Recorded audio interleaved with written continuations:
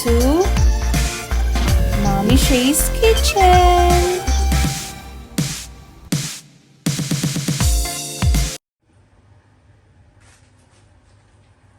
Magandang araw! Ngayon ay magluluto tayo ng Mongolian beef. At ito ang mga sangkap na ating gagamitin.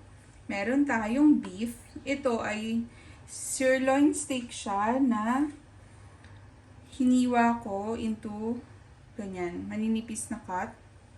Tapos meron tayong garlic.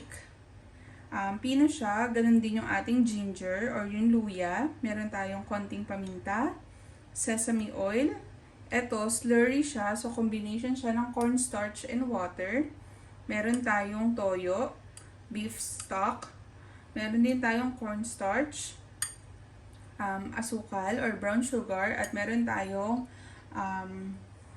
spring onion. So, dito sa ating beef stock, kung wala kayo ng mga naka-ready na beef stock, kung meron kayong beef cubes, hatiin nyo lang yung isang beef cubes, tapos dagdagan nyo siya ng 1/3 cup ng warm water para ma-dissolve nyo siya. So, simulan na natin ang ating pagluluto.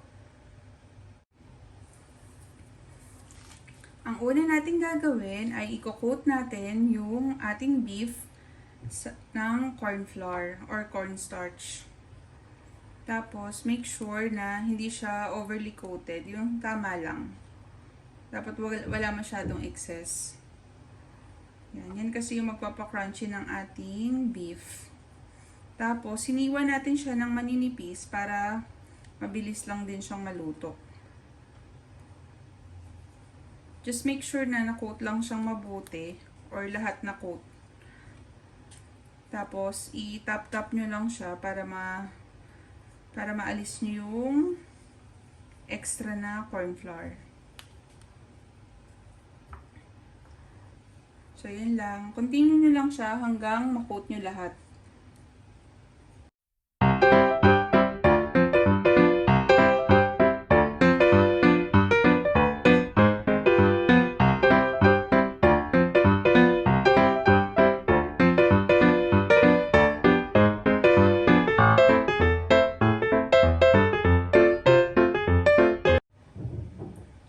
Para sa ating sauce, kailangan lang natin paghalu-haluin ang brown sugar, ang beef stock, soy sauce, at ang ating black pepper. So, ganyan lang siya. Madali lang siyang gawin.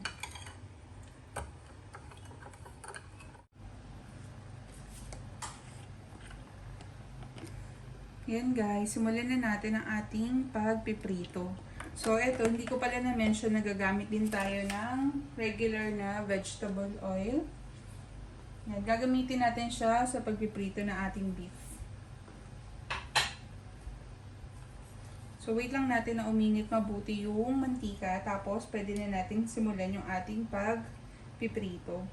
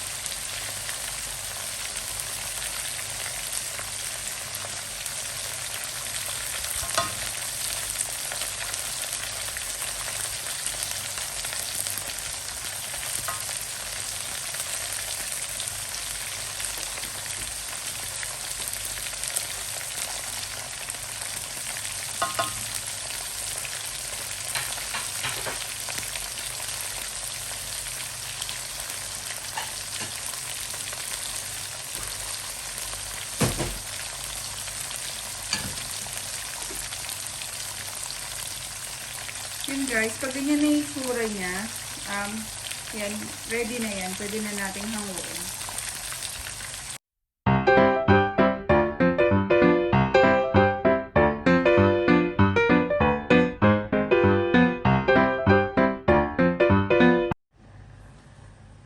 So, ayan guys, natapos na natin iprito lahat ng ating mga beef. Ngayon, dinrain ko yung, or tinransfer ko yung karamihan ng mantika dun sa isang bowl. At nagtira lang ako ng about 1.5 tablespoon ng mantika na ginamit natin. And then, ihahalo natin ngayon yung ating sesame oil.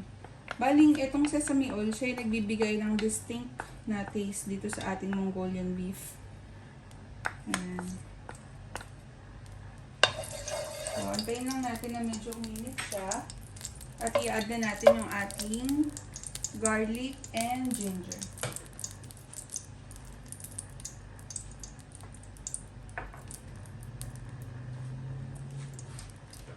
And guys, start natin yung ginger.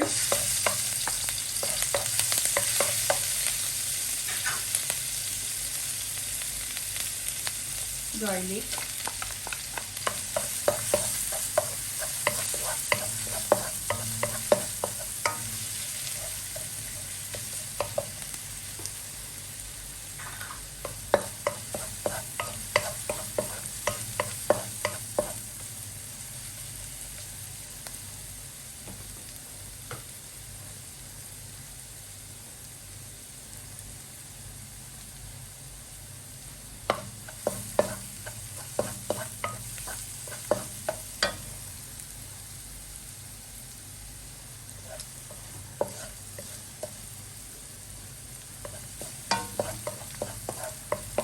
Bali yan. Sutay lang natin siya for about 30 seconds. Tapos, pwede na natin i-add yung ating sauce mixture.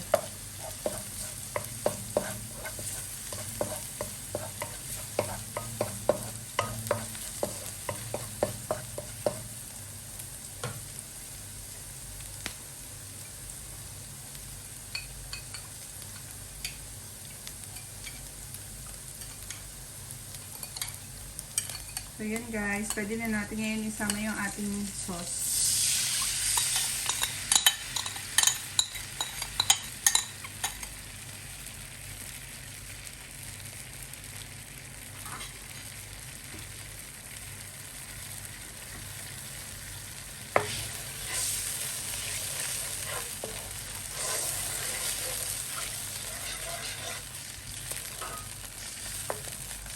Tapos yan, antayin lang natin ngayon na kumulo. Tapos pag kumulo na siya, pwede na natin mag-add ng slurry or konting pampalapot. And then we can add the beef and the spring onion. Yung spring onion pala, depende sa inyo kung gaano kadami nyo gusto. Pero kami usually, madami yung nilalagay namin kasi mahilig kami doon. Saka maganda siyang pang-balance ng lasa nitong Mongolian beef. So yan. Pag nagpantay na yung kulo niya, pwede na tayo mag-start maglagay ng slurry.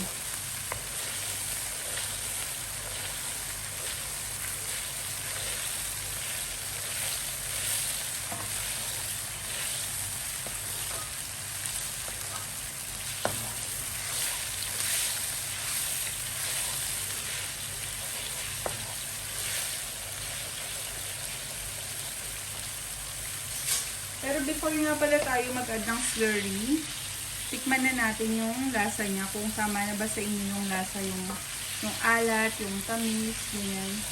Because this time yung pwede pa tayo mag-add ng ingredients or ng soy sauce or sugar. Yeah, for me, okay na yung lasa. So ngayon, pwede na natin hinaan ng konti ang ating apoy. At mag-add tayo ng slurry.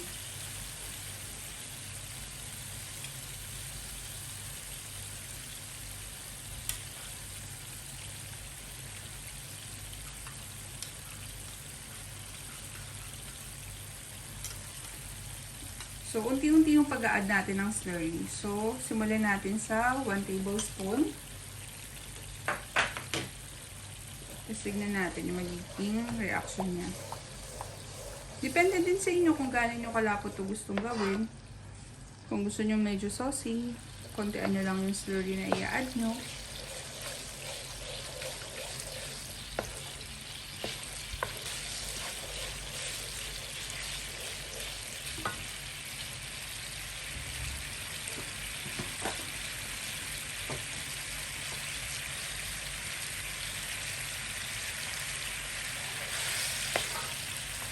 Ayan, pwede pa tayo mag-add ng 1 tablespoon pa.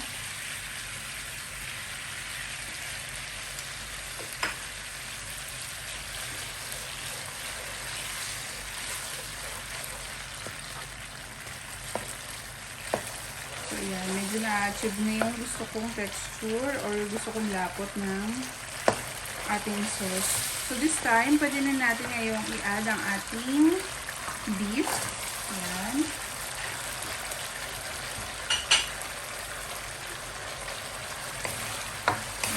Konting mix-mix lang. And this time, pwede na doon natin isama ang ating spring onion. Ayan.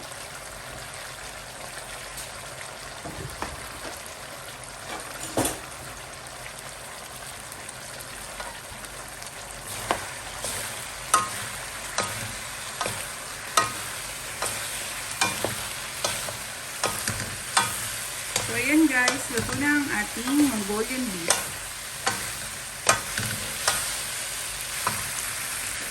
Ayan, pwede nyo na din i-turn off yung heat.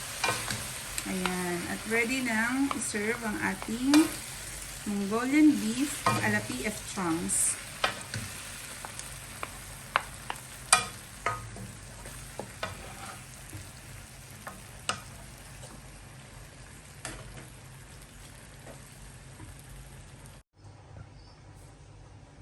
Ayun guys, ayan na ang finished product ng ating Mongolian beef. Sana ay nagustuhan nyo ang recipe na ito. At kung nagustuhan nyo, don't forget to like, to subscribe, and to click the bell button para updated na kayo sa mga susunod na mga videos. Thank you for watching. Bye!